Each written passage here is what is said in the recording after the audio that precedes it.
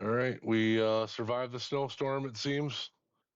With everything being sensationalized, everybody freaked out, and I don't know about you, but I got maybe 8 inches. What did you end up with? Uh, I'm a little over 14 right now. Oh wow. We we kind Okay. of got hammered and got a Okay. little bit of lake effect past couple days too. So it kind of we got a Okay. little much. All right. Yeah. Well, maybe that is something to freak out about. I guess. I know a bunch of schools around me closed before even anything came down. Like the snow didn't start hmm coming down until Dom was on the bus on the way home. So, Yep, same here. uh, yeah. Well, they're gonna pay for that in June. Uh, Yeah. eh, yeah. I guess. Anyway, speaking of overreactions, we're gonna talk about my car, which is a overreaction machine. And with that, welcome to the Automotive Misconduct Podcast, episode 3. Here we are. To talk about this car, unfortunately, I do have to talk about the previous one just a little bit, so bear with me. I mentioned on a previous episode, I had a black Charger that I bought brand new, and had just a few mods done to it, the typical intake, tune, exhaust, everything you can get out of the Summit catalog, right? And hmm had a lot of fun with it. Did actually a fair amount of street racing with it. With the tune, like the throttle delay, like went away, so it felt really fast. Especially hmm with me, it was my first fast car, really. Um, and so I guess kind of like my thing that really got me hooked on this thing was one race in particular against a guy on the local forums, and everybody doubted me. Oh, he's gonna gap you. He's gonna put buses on you. So we finally, get together and do this thing, and I lost by maybe a fender. I mean, it was like less than a car length for sure. So, so of course, you know, video never got posted to that one. Um, so I was real kind of proud of myself and everything. So bought the house, had to face reality, face responsibility, and went without a car for a while. So when it came time to get another one, I went back to what I knew and really loved. So that's how I ended up with this Charger. When I first got it, it was the honeymoon phase. Like you start dating some girl, and you don't you don't notice the red flags, or you just flat ignore them because you're having such a good hmm time. Like that was how this was. I remember uh, going out to the parking lot on break at work because I was so excited to just be around this thing. Like it was that bad. Like it was everything was perfect. I drove it everywhere. It was just like this amazing thing. And the first time I got any spare money at all after I recovered from the initial purchase, I go to Summit again and bought shorty headers for it, catless mids, full exhaust. Put that on. Of course, it sounded amazing. There's clips of hmm it on this channel. My number one video on this channel is actually exhaust clips from this car when I first got it.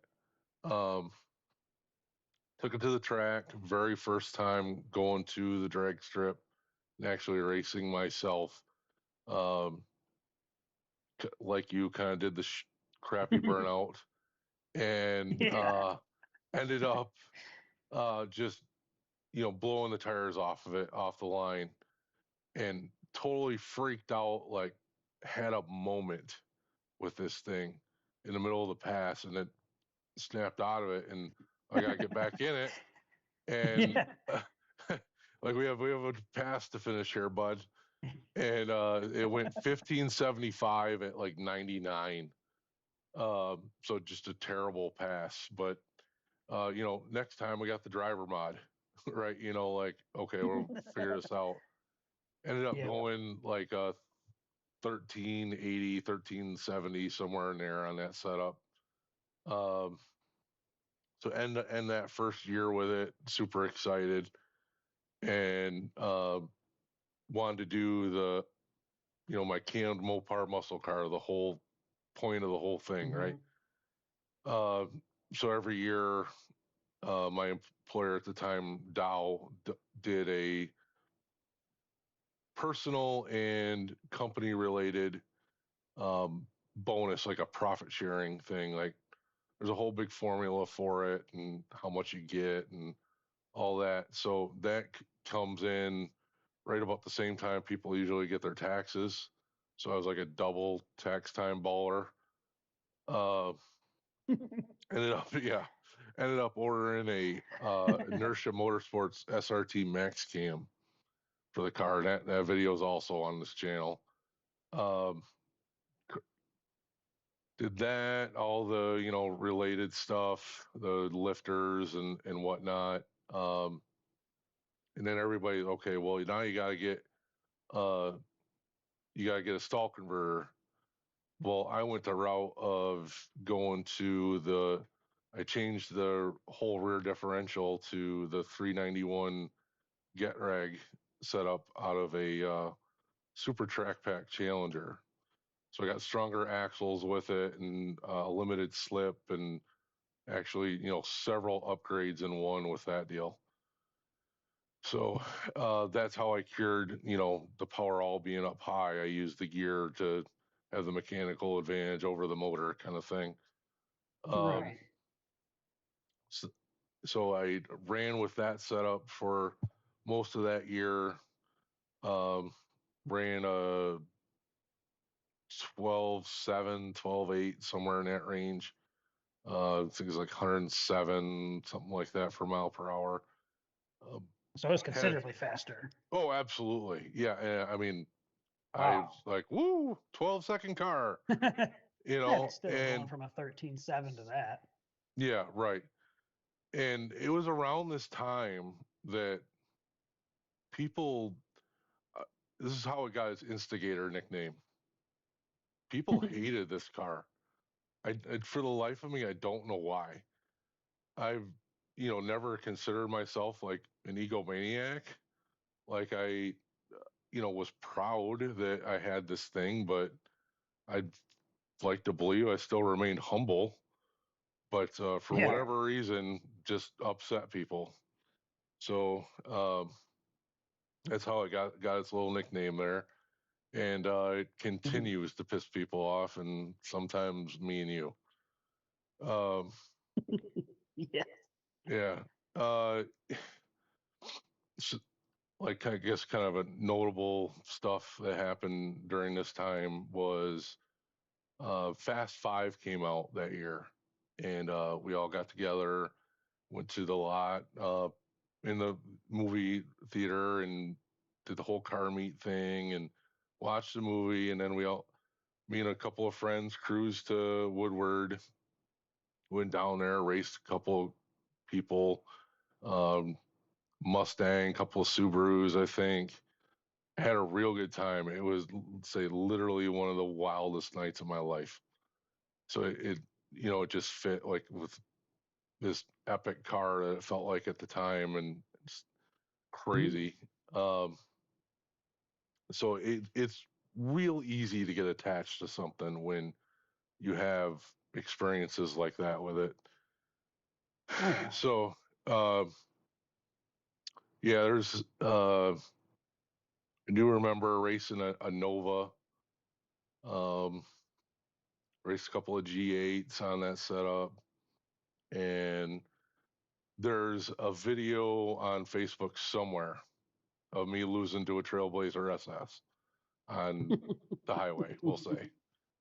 Um, my wife's friend actually alerted her to this, and of course me down the line, like, I'm pretty sure I see you losing on Facebook, and like, yeah, that was us. Oops. But no, I really enjoyed the car on this setup. It's really a shame that what happened next happened.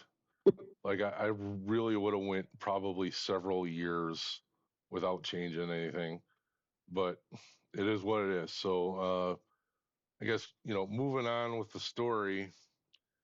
Um, I go to my niece's, I believe it was second birthday party, and we do the little kid birthday party thing and socialize with family and whatnot. Everything's great, and I go to leave, and I'm going to a night shift at work, and I back out the driveway of my brother-in-law's house, and my 6-year-old nephew and some of his other cousins are staying out there. And I'm gonna I'm gonna get the next generation excited about this stuff. So I could pull out into the road, and they live on an empty road, we'll say, and I just stomp on it and start doing a burnout like I didn't brake torque it or anything. And everything's going real well until yeah, Oh no. it is cut right out. I'm like, oh God. And like I knew what happened. Like, I mean, you just know, right? Like, oh, I just blew it up. But I bumped the key anyway, and it's just like click. And like, all right, well, jumper cables ain't fixing this one, bro. Oh, the And old piston to valve, now Kith. yeah, no, Keith. Mike Tyson meme Yes, comes to mind there. yes, yes. So I remember getting out, and like I roll the window down and I put it in neutral, and like the neighbors standing out in their driveway, and I look at them, I'm like, yeah, I know that was real impressive, wasn't it? Like I get it, like I know exactly what you're gonna say, and I agree, and I'm sorry. So dropping the valve, it just it the whole motor is just garbage at this point. Mhm. So um unfortunately, things after that did not go well. And we were entering a phase of 2 to 3 years of just not good. Um, the reason being, uh, I put the cylinder heads together on this first setup, and like upon tear down, it's like I don't know exactly what happened. I don't know where I necessarily messed up, but it's pretty clear that this is my issue. Like I screwed this up. You know, people in glass. If you haven't happened to you, sorry. Oh yeah. But so anyway, so you think, okay, what do I do? How do I fix this? I Um, go from here. right. Yeah. So there's lots of planning, and more planning. Right. Do I try to build a stroker motor? Do I do the 5761 Frankenstein? Because like the stroke is exactly the same, or just do a 6.1, and was searching Facebook, and one of the Mopar groups, this guy puts a 6.1 out of a Jeep SRT8 Grand Cherokee for sale Mhm. with a transmission and a transfer case, and he wants, and this is 2013 or 14, sorry, he wants $4,000, and this is suspect low of a asking price. Yeah, Okay. And it's a so hot deal to say the least. right. And I message him, and I'm like, trying to feel him out. Like, what's going on here? Are you gonna try to kill me when I get there, or steal my dog, or what's the catch here, bro? And like everything seemed okay, and we agreed to make the deal. And I was working that 3-2-2 shift at the time, and you only get so many weekends off, and one you're on call and the other one you're not. Come off, I'm not on Mhm. call. Like, let's do this thing.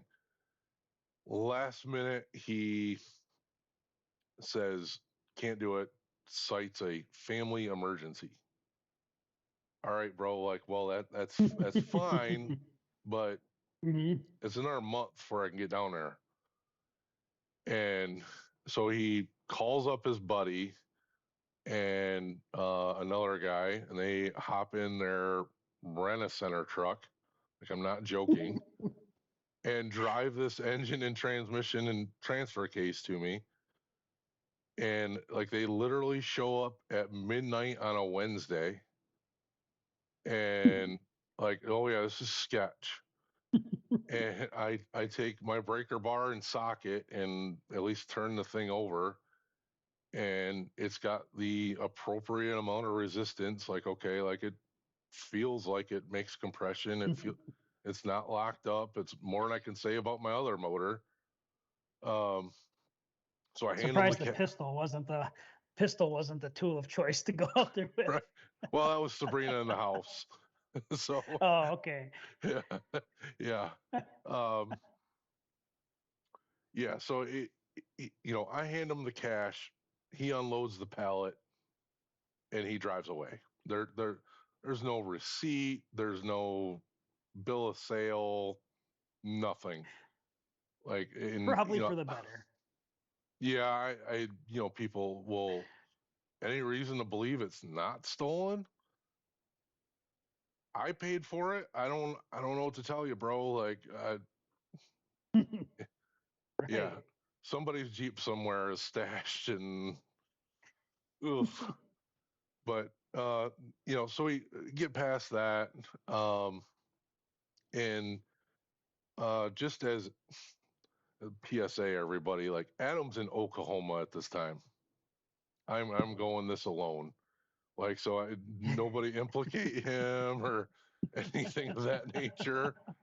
Dang, Um, man, what you saying, bro? uh, so I'm on my own, and I get involved with some people that I clearly should not have. Be perfectly honest. It's been 10 years since this has happened. Um, Mhm. we should just say, like, look, I have owned up to my responsibility on this issue. And if you're looking for me to get the people that were involved like that, it's not going to happen. We're over and done with that. I say that because there were actual crimes committed during this time. There were several parts stolen from me. Some just the stock parts that were, we'll say, later misrepresented and sold to another prominent member of the Hemi community. There was aftermarket parts that just came up missing. Um, and this is not the first and only time this has happened in history. So, with this stuff, it's unfortunately probably more common than we want to think or admit. Um, But it but hits different when it's yourself. yeah, I mean, lessons learned, right? Like, but trying to be an adult about this now, being 10 years later, like, I acknowledge Right. my mistakes in this issue. So, car gets put back together, and say it's got a 6.1 in it now. I've got a different cam in it from a now defunct performance shop, and we'll talk about that later. But it doesn't run right. There's a bunch of issues. Like I said, Adam's in Oklahoma. I'm going at this alone. And I actually got a couple of other like professional shops involved, and most of them wanted nothing to do with it. Like the car was at um, Total Mayhem in Flint for a little bit. Um, yeah. So not say nobody really wanted to be involved with it. I just kind of messed with Mhm. it over time, and it slowly got a little bit better, but then we kind of like plateaued with it. Um, Did you ever the go to the big track with that setup? yes, yes, it ran super low 13s and high 12s, like depending on the weather. So it ran like Hmm. basically the same time as the 5.7, and it's like, Oh, uh, this is clearly an issue. something ain't Like, right. yeah, like we're prob being like a cam only setup, like even Hmm. just going from 5.7 to 6.1, it should be 80 to 100 horsepower better. Why are we running the Yeah. same times? So um, it's I should mention that like the time that this happened is right when my son was born. So uh, being a new dad, I've got a heck of a lot more responsibility than I ever have before, both financially, time wise, and just priorities. So um, I couldn't put as much time, effort, money into fixing this as I really wanted to. It was just priorities were elsewhere, and rightfully Hmm. so. Um, during this time, Sabrina, my wife, decided that she wanted to try her hand at racing, and especially while the car was still on the slower side. Like, well, okay, see what happens, right? And it turns out she's actually faster at the light than I am, like consistently. So realistically, in any kind of competitive event, like her driving the car, if she could hold that, would the car do better with her than me? Um, Hmm. which it's kind of funny, right? The guys at work at this time, like, okay, well, you're probably the third best drag racer at your house, with Dominic. Well, yeah, probably. But I don't know. She still races it, or is willing to. We haven't done it in a while, but um, I have a great time being like the crew chief or whatever, and lining her up, to stage the car and everything, watching her do her thing. Like it, yeah, I'm super proud of her. So Oh, for sure. it's a good time. So I'm glad that Yeah. we have that. Um, let's see. Uh, so we kind of, this kind of comes on the timeline of Adam comes back to town. Adam comes back from Oklahoma, and thank God, because short of just dumping it off at a professional shop and taking a loan against my house, I don't know what I would have done at the time. Um, so we decide, okay, we're going to start all over again with this car. Like, we looked at the cam specs, and you decide like, that's somebody led you down the wrong path, bud. Like that is not the right cam for what we're trying to do here. Like, okay, fantastic. Like that's another issue, right? Um, so we start all over again, put a different cam in it, put the T-Tech ported heads on it, uh, T-Tech ported intake manifold, rear throttle body, all the bolt-ons. Like there's literally nothing else I can do to this thing with being a stock bottom end, naturally aspirated 6.1. Like there's not a single performance part left. We And also switched to the long tubes at that point too. right, yeah, yeah, yep, that included, Yep. and it's that much louder. um, Can confirm. yes, and we put this thing together, and it's ridiculous compared to what it was before. this thing ran harder on the startup tune than it ever ran before. So obviously super thrilled, and we talked so much about Adam's craftsmanship on the previous episode, and this is just another prime example. And we get this thing put together on a startup tune, runs great.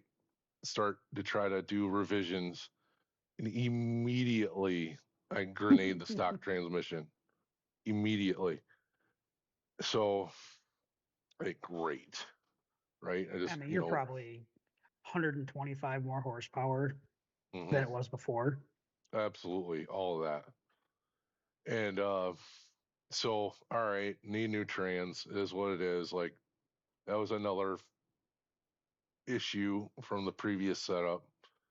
Uh, so I'm like running out of money here. So I go on Craigslist and find this brand new rebuilt Mopar internals nag one transmission. So like, okay, go down there, buy it, take it to Adams on a Friday night, hang out.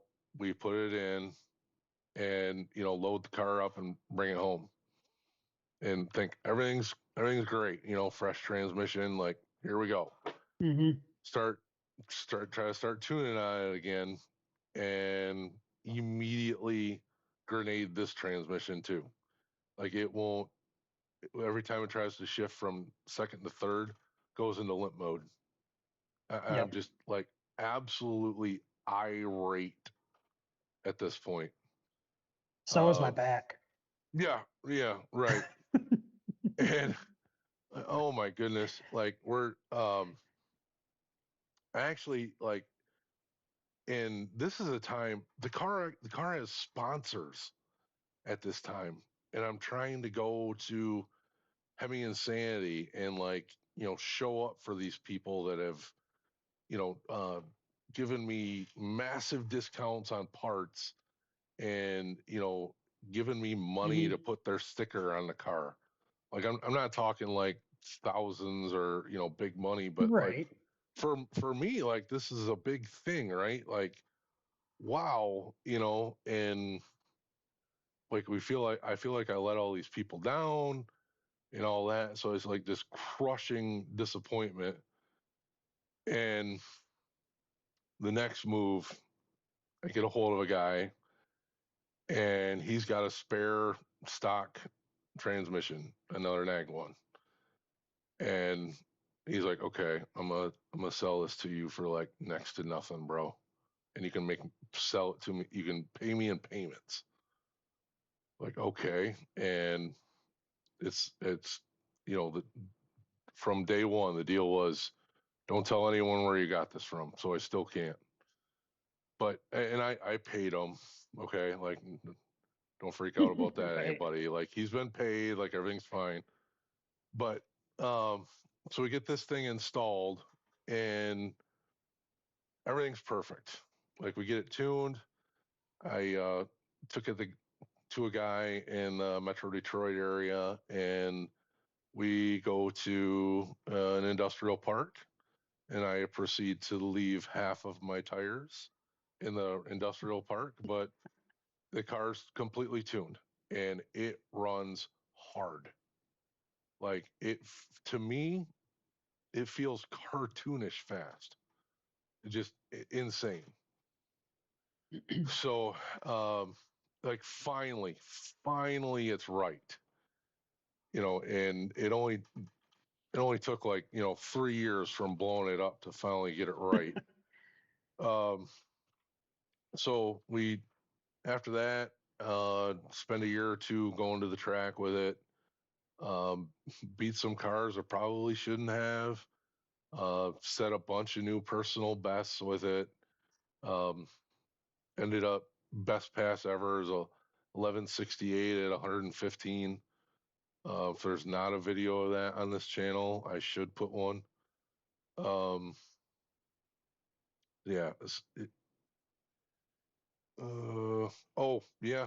Because I say you're Almost. still, because you were also foot braking that as well, still, too, or like off Yeah. idle, like you're still on a stock brake. you Hmm. know, set Yeah. up like that. So you really can't lean on it too hard out of the hole yet. No. Yeah. Like we're yeah. I'm looking into a two step for it Hmm. and some other things like we talked about the 15-inch conversion to Yep. because when I did try to lean on it and you were there that day and we just blew the Yeah. tires off of it. Um, Yep. but yeah, I actually won the street class at Modern Street Hemi Shootout, the Hemi Insanity, and at Milan. I actually won the street class on this setup. What I did to slow it down was I left the 22s on the front and like intentionally heat soaked the car to slow it down. Like everybody, all of my friends and everything, like if they had to run around, like we used it as like a track, like runabout. Oh, you gotta go to the bathroom, hop in the car, like and That's just right. keep it as hot as possible. And added some weight to it, and it was doing like 1250s. Like it was perfect. Um, so the event was actually rain shortened, but I just happened to run the fastest pass in the last round. So that's how I got the first place flag. So I hung that Yep. up on the wall next to my degree. Like here's my greatest accomplishments. Here's my college degree. Here's my Minor Street Hemi Shootout plaque. Yes, I'm a successful Oh my person. God. um, I mean, it's all that really matters, right? right. Yeah. I mean, look at me now. Um, so after that, the end of the 2018 season, uh, like kind of reality hit. Like I had spent the last like 5 years spending like every dime I could find on this car that didn't go to immediate needs in the household. So financial health was an issue. We got some help. We figured all that out and just took the next year or so off to just chill and try to, be a responsible adult. And, the pandemic hit and there was the issues with that. Um, if everybody remembers, like there were still some events and people still did go, but it wasn't the same. So we just ended up not really doing anything. And through that year, I actually ended up making a career change. And say for the kind of the next 2 years after that, things were tough.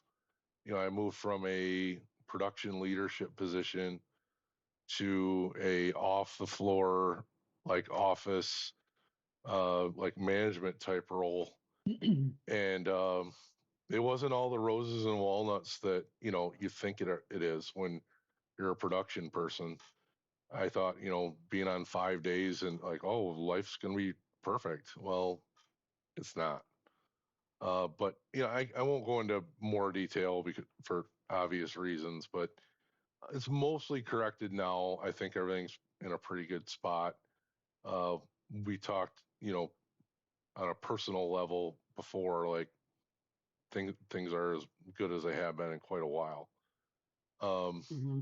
but the thing was this last year that kind of, like I said in 2023, like, okay, like we've had all these issues listed before.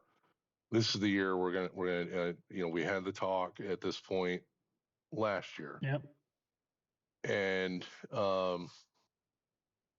ended up in April. My father died.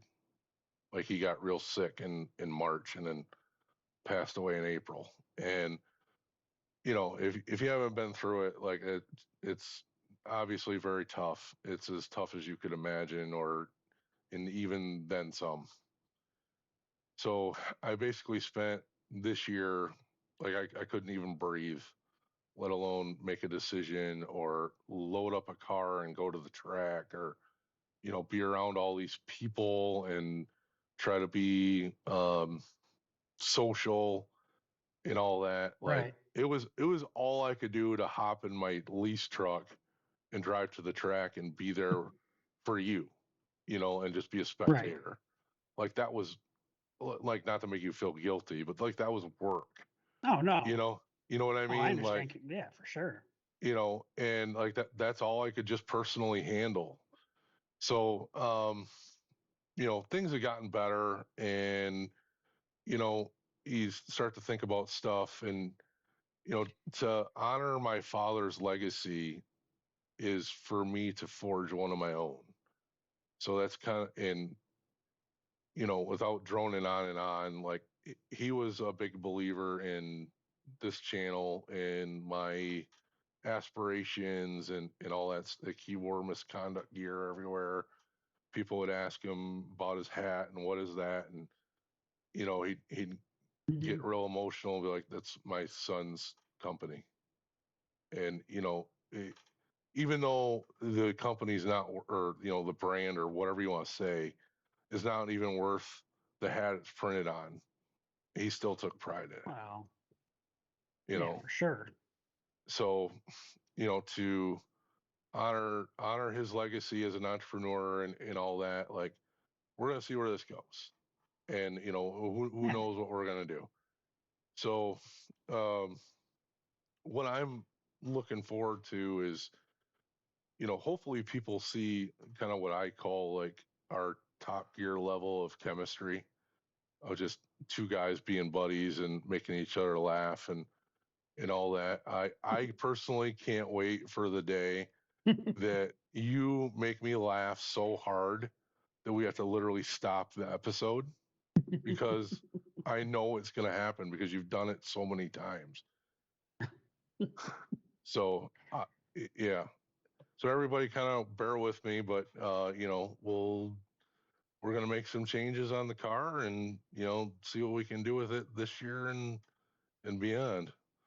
So, Yeah. uh I don't know, that's enough And I'm drone. super excited to see it out again. Yeah. You know, the car, like I said, the car brings you joy. Mhm. And, I mean, who doesn't love just going to the track and hanging out? And, Yeah. I'm really excited to see that car out for sure. Mhm. It's been a long time coming, but like I said, you had life, and sometimes life takes over. Yeah, life happens, But unfortunately. Yeah. all right, got through it, and like I said, we got a whole another couple of months to get the car prepared and get you Yeah. prepared, and Mhm. you get back out there again. Yeah. All right. Well, if you made it this far, thanks for watching. Um, okay, we'll hopefully do this again next Sunday. Thanks for coming. Yeah, sounds good to me, man. Thanks for watching, guys.